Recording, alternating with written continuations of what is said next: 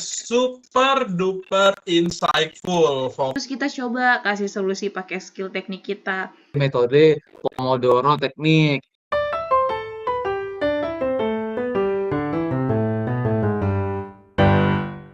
Assalamualaikum warahmatullahi wabarakatuh. Selamat malam semuanya. Malam. Di sini kita akan membuat podcast yaitu tentang teknik keren bisnis jalan. Sebelum kita masuk nih ke dalam podcast kita mau perkenalan dulu biar kita saling mengenal satu sama lain. Halo, saya Dava Mahardika Lawrence dari Prodi S1 Teknik Telekomunikasi dengan NIM 110122350 dan teman saya. Saya Muhammad Zaki Noval dari Prodi S1 Teknik Telekomunikasi dengan NIM 110223225. Saya Siti Aisyah Uswatima Putri dengan NIM 11012223100. Halo para engineer muda, masa depan dan inovator keren, selamat datang kembali di Teknik Keren Bisnis Jalan, podcast yang ngobrolin gimana kita anak teknik bisa nyarulin skill dan ide-ide kita ke dunia wirausaha. Bareng saya, Jaki dan juga Aisyah. Hari ini kita kedatangan dua tamu yang udah buktiin kalau skill teknik itu bisa banget jadi duit. Ada Aisyah dari Prodi S1 Teknik Telekomunikasi yang jago banget bikin prototipe alat-alat canggih, dan juga Jaki dari Teknik Telekomunikasi juga. Dia tuh spesialis web dan mobile apps banget nih. Apa kabar Jaki dan juga Aisyah? Baik banget nih, Loren. Excited nih bisa sharing bareng. Halo Ren, aku udah ready banget nih buat sharing-sharing cerita tentang struggle dan serunya berbisnis. Asik, senang banget kalian bisa gabung. Oke, langsung aja. Kita anak teknik kan sering banget disibukin dengan rumus coding, lab, sama proyek. Tapi di sisi lain kita juga lihat banyak banget peluang. Menurut Aisyah sendiri sebagai anak teknik telekomunikasi yang mainannya hardware dan juga software, gimana sih awalnya kepikiran buat ngulik sesuatu yang bisa jadi peluang bisnis dan bukan sekedar tugas kuliah? Jujur nih ya, Ren, awalnya memang dari tugas atau proyek kampus. Misalnya waktu ada tugas bikin sistem kontrol untuk smart home. Nah, dari situ kepikiran, ini kan bisa nih dioptimalin, dibuat lebih user friendly, terus dijual. Jadi, peluang itu bisa muncul dari problem statement atau gap yang kita temuin di kehidupan sehari-hari. Terus kita coba kasih solusi pakai skill teknik kita.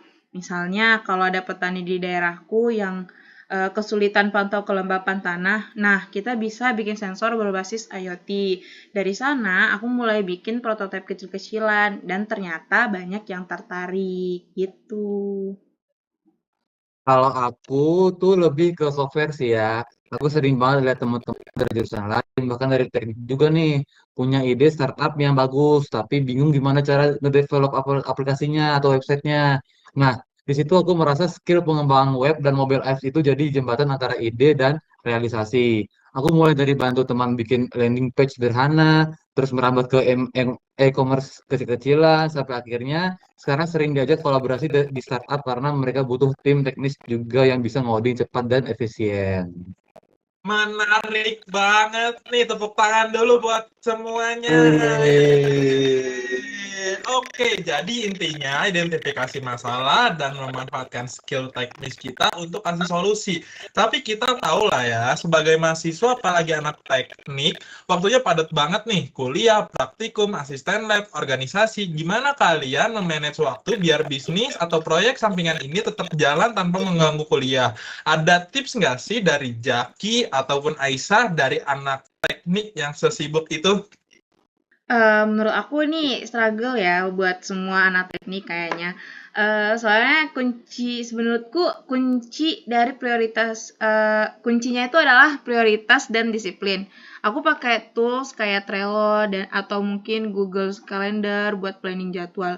Mana tugas kuliah yang urgent, mana mana proyek sampingan yang harus dikerjakan hari itu.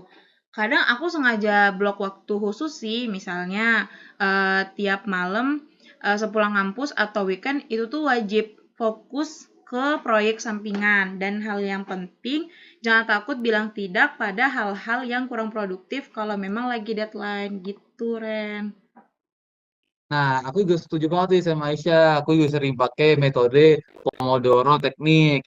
Fokus ngoding atau kerja selama 25 menit, lalu istirahat 5 menit. Terus aku juga sadar nih, aku nggak bisa ngerjain semuanya sendirian. Kalau ada proyek yang butuh skill di luar ahlianku, aku nggak ragu ajak temen lain yang memang ahli di bidang itu. Jadi kolaborasi itu emang penting banget sih, bisa saling bantu, saling backup, dan mempercepat proses.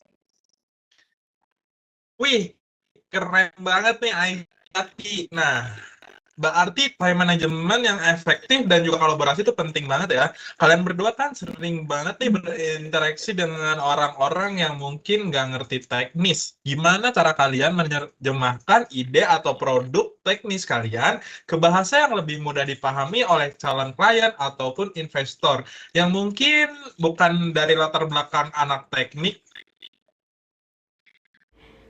Ini tantangan besar ya. Aku belajar buat fokus pada manfaat dan solusi yang produk kita kasih, bukan cuma spesifikasi teknisnya.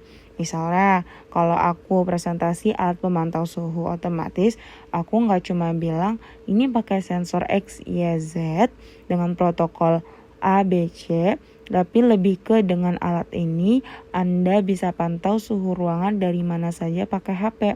Jadi nggak perlu khawatir tanaman di rumah kepanasan atau kulkas mati mendadak. Pokoknya dibuat simpel aja bahasanya dan kasih contoh kasus yang relevan gitu, Ren. Betul banget. Aku juga sering pakai analogi atau visualisasi. Misalnya nih, kalau jelasin arsitektur database yang rumit, aku analogikan seperti rak buku yang ada di perpustakaan. Dan yang paling penting, dengar aktif pertanyaan mereka. Dari situ kita bisa tahu nih bagaimana yang mereka masih bingung. Terus kita jelasin lagi dengan cara yang lebih mudah dipahami. Jangan pakai jargon terlalu banyak, itu bikin orang malah pusing, tambah pusing gitu.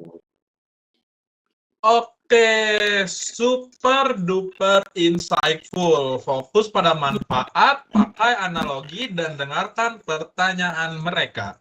Nah, sebagai penutup nih buat teman-teman mahasiswa teknik yang mungkin sekarang lagi mikir-mikir, wah, kayaknya skill teknikku bisa dijadiin bisnis nih, atau lagi di fase mencoba tapi banyak rintangan. Ada pesan semangat nggak dari kalian berdua? Kalau pesan dari aku, jangan takut memulai, bahkan dari hal terkecil, kembangkan skill teknis kalian, dan coba lihat masalah di sekitar yang bisa kalian pecahkan. Kalau ada ide, prototype aja dulu, jangan nunggu sempurna. Iteration itulah kuncinya. Itu sih, Ren. Terus, kalau dari aku ya, teruslah belajar hal baru, terutama nih teknologi itu yang update. Jangan ragu untuk berkolaborasi dengan teman-teman dari berbagai jurusan, karena startup itu butuh tim yang beragam.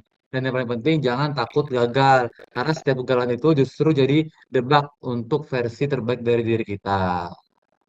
Wow, pesan yang sangat memotivasi banget nih dan penuh semangat anak teknik. Prototype aja dulu, jangan nunggu sempurna ya. Dan kegagalan itu justru jadi debut untuk versi terbaik kita. Chatterpress yang keren banget. Terima kasih banyak, Jaki dan juga Aisyah. Terima kasih juga, Loren. Senang nih bisa saling sharing. Oke, teman-teman semua yang sudah mendengarkan Teknik Keren Bisnis Jalan, terima kasih banyak. Semoga obrolan kita hari ini bisa menjadi inspirasi buat kalian untuk mulai berkarya dan juga berwirausaha dengan skill teknik yang kalian punya. Sampai bertemu nanti kawan-kawan. Dadah. Assalamualaikum.